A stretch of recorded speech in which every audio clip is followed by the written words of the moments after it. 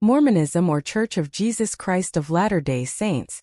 LDS, the false religion of deception and control, what you don't know. Welcome to the Way of the Cross channel. In this channel we deal with biblical issues which are least expounded, and also with history on those issues which would help anyone join the dots while reading the scriptures. Welcome and join us. We will be very grateful.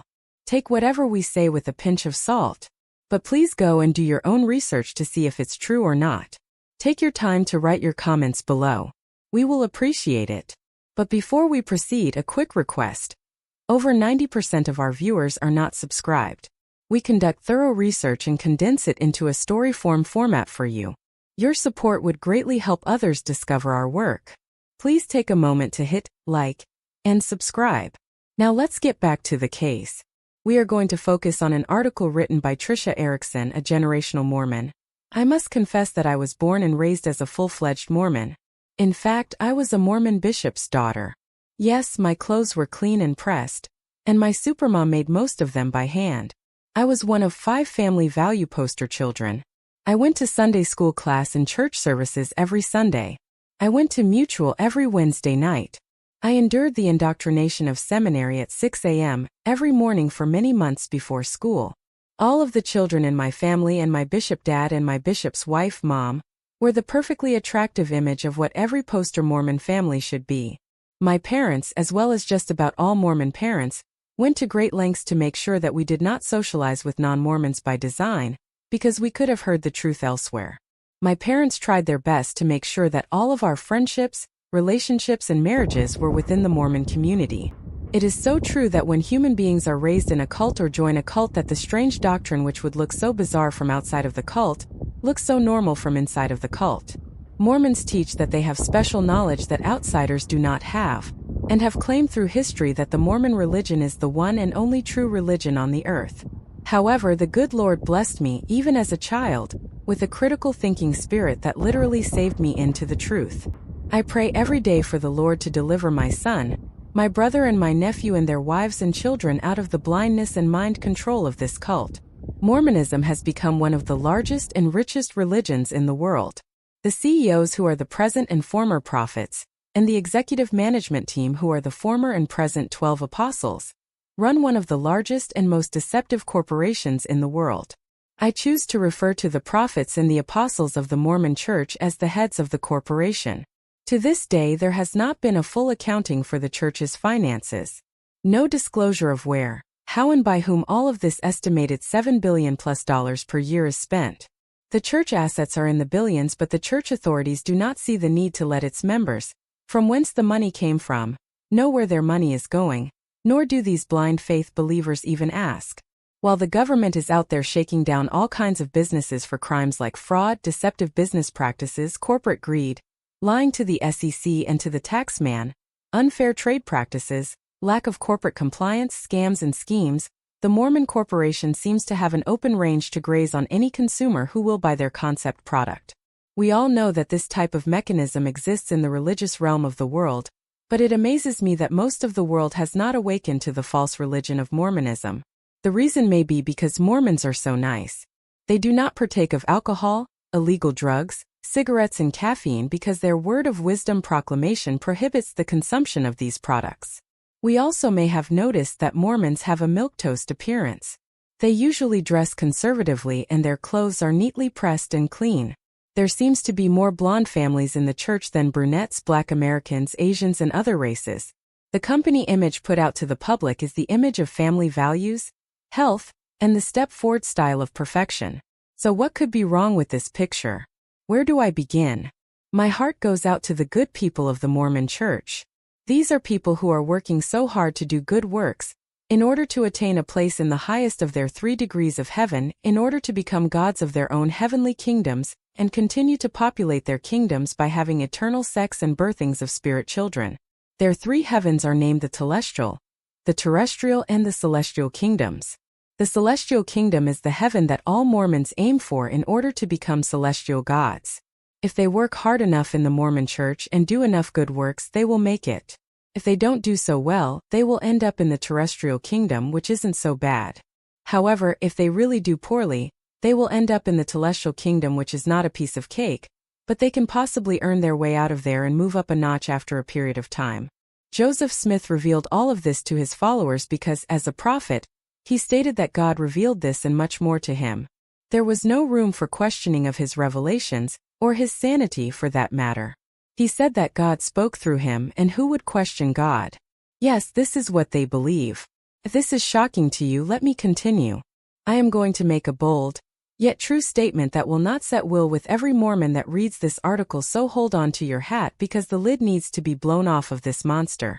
The Mormon religion was formed by Joseph Smith, the first self-proclaimed prophet of the Mormon Church, for the reason of creating a religion that would enable him to feed his sex addiction.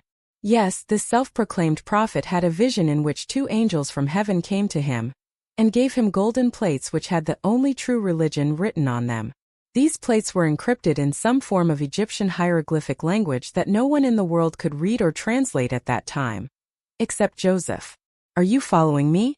You see, before these angels supposedly appeared to Joseph, he was known around town to be what you call a seer. Joseph traveled through the streets telling people mystical things, their fortunes and divine revelations by looking through a seer's stone.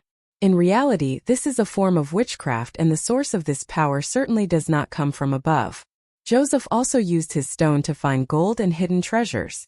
Young Joseph took these plates, and as the story goes, he put his head down into a hat with a seer's stone and translated these tablets into what we know now to be the Book of Mormon.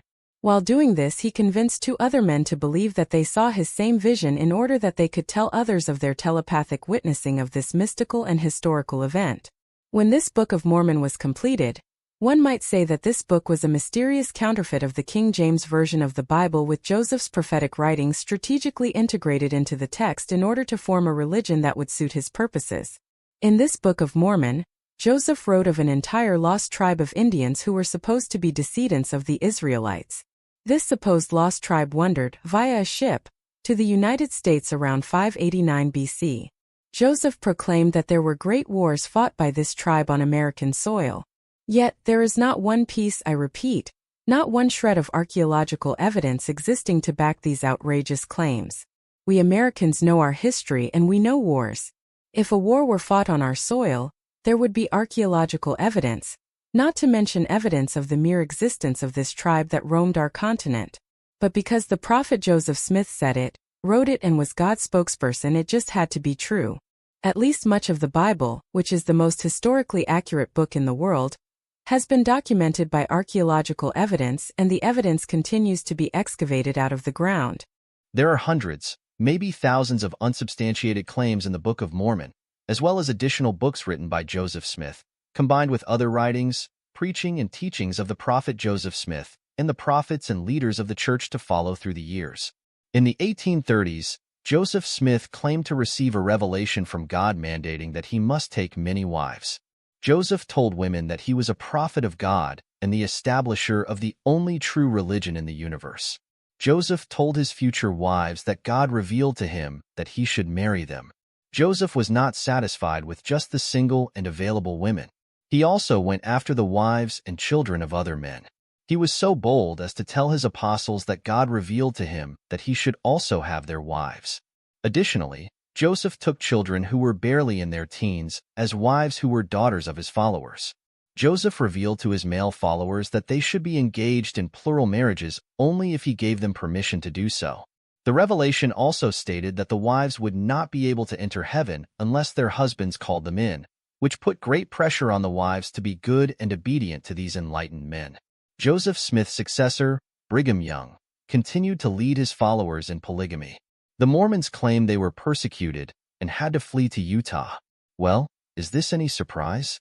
The Mormons preached false religious doctrine and were going into communities and taking the community's women and daughters with them via polygamous marriages. Polygamy was also against the law. Is it persecution to run a group of people away who are trying to take your wives and young daughters into plural marriages? The Mormons painted themselves as the victims, when, in truth, they were the predators. The Mormons were not helpless saints. They had their own armies. One of these armies was called the Donatists. The Donatists were called the Avenging Angels. They went around castrating men within their own religious system who would rise up against the insanity, as well as others who would try to leave the cult. These soldiers committed thousands of maimings and murders while the Mormons were crying that they were a persecuted people. Yes, this was a form of persecution, but the persecution was from within their own controlling ranks. You will not find many Mormons today who have heard of this council of 50 secret police within their organization. The hierarchy of the Mormon Church goes to great lengths to keep their members from the truth. The Church now denounces polygamy, as if it is now a bad thing. But in the past, they say, polygamy was all good because God ordained it through His prophets in order to build up a righteous community. I guess they did not want to evangelize new converts like most religions do by just approaching the people that existed.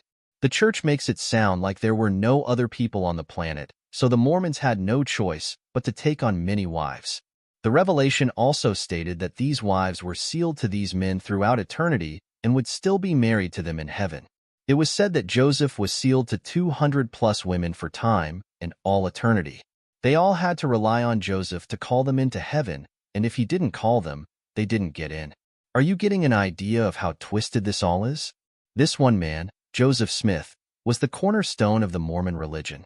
He was the author, founder, originator, leader, and president of the Mormon Church. This entire religion was based on sex, control, deception, false prophets, and false prophesies.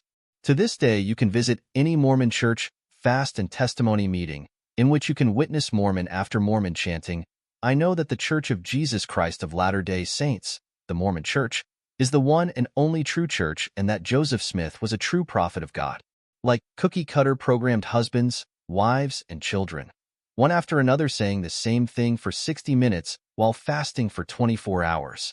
You might say to yourself, if this is all true, how in the world could anyone believe in this religion? Well, I'm glad that you asked. The Mormon Corporation has the best marketing program known to man, the Missionary program. From the time a young man, and some young women, in the Mormon Church are babies, their parents program them by telling them that when they come of age, they will have the privilege of serving the church as a missionary to convert people to the one and only true church. Just about every young man knows that when he graduates from high school not to plan to go to college until he has served a 2-year mission for the church. The parents or other supportive Mormons cover most of the expenses for these young soldiers to bring in thousands and thousands of converts who will ultimately pay 10% of the gross of their income to the Mormon Corporation. It's brilliant. The church has thousands of these cheap labor missionaries all over the world, knocking on doors to bring the only true gospel to hundreds of thousands of people. This marketing plan is far more superior than any advertising executive could have ever dreamed of. Brainwash these young and innocent minds, send them on a mission where they ride bicycles because the church is too cheap to give most of them cars, direct them to knock on millions of doors for 2 years and rake in the cash. Now this mission concept may not seem so bad if these missionaries were true servants of the Lord and were sent out to help the homeless, feed the needy, clothe the poor, or dig water wells in India. It would not seem too bad even if they were sent out to bring people to God in order that they can receive salvation. But how can you receive salvation from God when your religion teaches that you will become a god yourself? This is blasphemy to the Lord. The scriptures clearly state that there were no gods before, and will be no gods after the Father, the Son, and the Holy Spirit, which make up one God. The Bible teaches that we are to humble ourselves to the Lord, and that there should be no idols or other gods before us. The Mormon religion claims that Jesus was born a mere mortal man who was predestined because he was the Son of God. The Mormon twist is that because of Jesus' good works, he worked himself into godship. In other words, if Mormons do enough good things in their lives and become perfect, Mormons believe that they, too, can become gods also as Jesus became God. Can you believe this? One of the biggest no-nos to God are prideful people who want to become gods themselves. This is idolatry and self-elevation. The Bible is clear that we are to humble ourselves as servants of the one and only God. This is very dangerous territory for the Mormons who fully believe they are going to heaven. Can you get to heaven when you deny the deity of Christ by stating that Christ was a mere man, like all of us, who achieved godhood through his good works, and that the Mormons can do the same? This is the denial of the deity of Christ through false theology, which is an antichrist distortion of the facts. The Bible affirms that Jesus came to earth as God wrapped in human flesh, that there was never a time that Jesus Christ was not God, and that Jesus was always God who was sent to earth to atone for our sins, so that we could be saved and live with him in heaven. Jesus came to the earth to save us from the lake of fire that is also called hell, which is for an eternity with no passes out. I cannot end this article without revealing what the Mormons do in their temples. As I mentioned, I was the daughter of a Mormon bishop. When young Mormons marry, it is expected that they will get married in a Mormon temple so that you can be sealed to your mate for time and all eternity. I was one of these young Mormons who got married in the Mormon temple when I was 19 years old. Even though I did not fully believe in this church, because my dad was a bishop, I had to get married in the temple. I was not prepared in any way for what I experienced in that ceremony. I carried my beautiful white velvet wedding dress into the temple. I was thinking that this was going to be wonderful because the temple was such a beautiful place. My husband-to-be, who is now an ex-husband, went through one entrance for men, and I went through another entrance for the women. The women took me to a locker where I hung my dress. They brought a bowl of water mixed with lavender oil and set it at my feet. They asked me to take off all of my clothes. I had to completely disrobe in front of these female strangers. I was very uncomfortable, and my mother had not mentioned anything about this. They proceeded to wash my entire body with this water. They were touching me with the washcloth, and my mind was going 1,000 miles an hour. I endured the washing. Then they brought out underwear they called temple garments that looked like long johns with short sleeves and were cut off a few inches above the knees. These garments had 3 markings on them, one on each breast and one at the navel. The garments had an opening at the bottom area which would enable me to go to the bathroom without taking them off. They told me that I was to wear these garments at all times. After this process, they allowed me to put my wedding gown on. I was led into a small room where a man married us for time and all eternity. We were then led into a small auditorium type of room where the men sat on the right side and the women sat on the left side. We were told to put a green leaf apron on, something to do with the Garden of Eden, and to put a green sash over our shoulders. A man came to the front and asked us to stand and say, as a group, what he told us to say, and to do what he told us to do. So here we all were, chanting the words he led us to say, and making signs with our arms and hands. Most Mormons do not know that Joseph Smith was formerly a Mason. Mormons don't realize that most of the signs in the Mormon temple ceremony are of Freemasonry and are not symbols from the Lord. The signs were very violent. Please bear with me because this was a long time ago and I was in some form of shock to be participating in such a bizarre ceremony. These signs and chantings took on more of a form of control and witchcraft than what was supposed to be a godly experience. What Mormons don't understand is when going through this ceremony, vows are made to intimidate them into secrecy.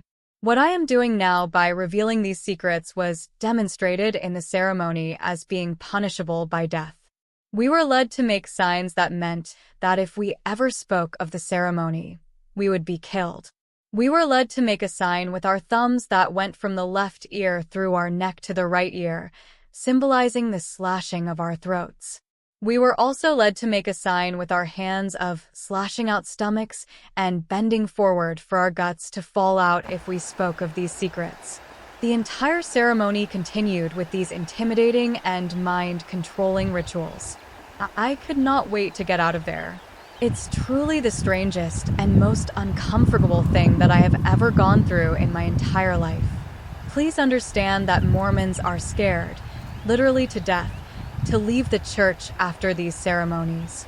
They truly believe that if they talk about it, they might die. It is important to understand that if you are threatened in this way to secrecy or forced into secrecy in this manner, there is something terribly wrong. There is something terribly wrong with any church or cult that has you do and say things that are to be kept in the darkness of secrecy. A church should be transparent and open to the light. This is a flagrant form of control in order to keep Mormons in the cult. This is also a way to keep the members of the Mormon Church in the church for a lifetime for the purpose of collecting 10% of their income, which leads us to the marketing plan. One of the laws Mormons strictly follow is the faithful giving of 10% of the gross of their income to the church. Now, I'm not one to tell anyone not to tithe. However, if you tithe to a false religion that is not accountable to anyone as to how the money is spent and to who the money, the real estate, and the holdings belong to, would not this give a clear-minded person pause? I attend a church where meetings are held specifically for the purpose of letting the members know where every penny they put into the church goes. There is nothing to hide. This church has the policy of full disclosure to its members, as it should be. They put their money back into tangible programs which help the physically and mentally disabled, inner-city kids, clothing for the poor, food programs to feed the hungry, ministries for battered women, for men and women coming out of sexual bondage, for people who are grieving for the loss of loved ones, divorce recovery groups, even motorcycle ministries, and more. In other words, this church places the money back into people of the church's hands through ministries and outreaches. My church only owns the building that the church is housed in. My church does not own billions of dollars of property and receivables. When you ask any Mormon the question, why does the Mormon Church own so much real estate in Hawaii and many other places around the globe? The Mormon cannot answer that question. They are stumped. So, my friends, I will ask the question for all. Where do the billions go, and why does the church own so much real estate that has nothing to do with the church or its membership? I would challenge any really good investigative reporter to investigate. The Mormon hierarchy's agenda is to counterfeit themselves into mainstream Christendom in order to acquire more recruits from the Christian community. Mormons are not Christian. They use the name of Jesus Christ to spread their false theology in order to make money. In closing, I want to say that the members of the Mormon Church are usually very good people. They are trying so hard to do what is right and to live up to the standards the church has laid out for them. As in any cult, they really don't understand what they are truly involved in. I pray for the day when the darkness of this church comes into the light and is exposed for all to see, to set the captives free. Anyway, we have come to the end of this video. I hope you learned something new or enjoyed it. Please remember to subscribe to this channel for similar videos. Have a good evening.